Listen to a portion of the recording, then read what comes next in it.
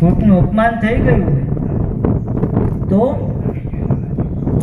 ઓમ નમઃ શિવાયના મંત્ર બોલો એટલે જે કાંઈ પાપ કર્યા હોય એ પાપમાંથી મુક્ત થઈ જાય. પણ શોખવટ ભૂલમાં દીધી હોય પછી તો આપણે રોજ શરૂ કરીએ, રોજ કોકને ગાળ દઈને રોજ ઓમ નમઃ શિવાય બોલવી તો એમ ન હાલે.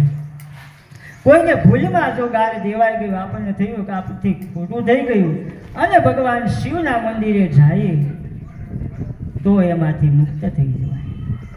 એવી આ શિવકથા છે. શિવકથા એક તો ગંગા છે. ગંગામાં આપણે જો સ્નાન કરવું હોય તો હરિદ્વાર જવું પડે અને આ શિવકથા એ હાલતી ચાલતી ગંગા છે.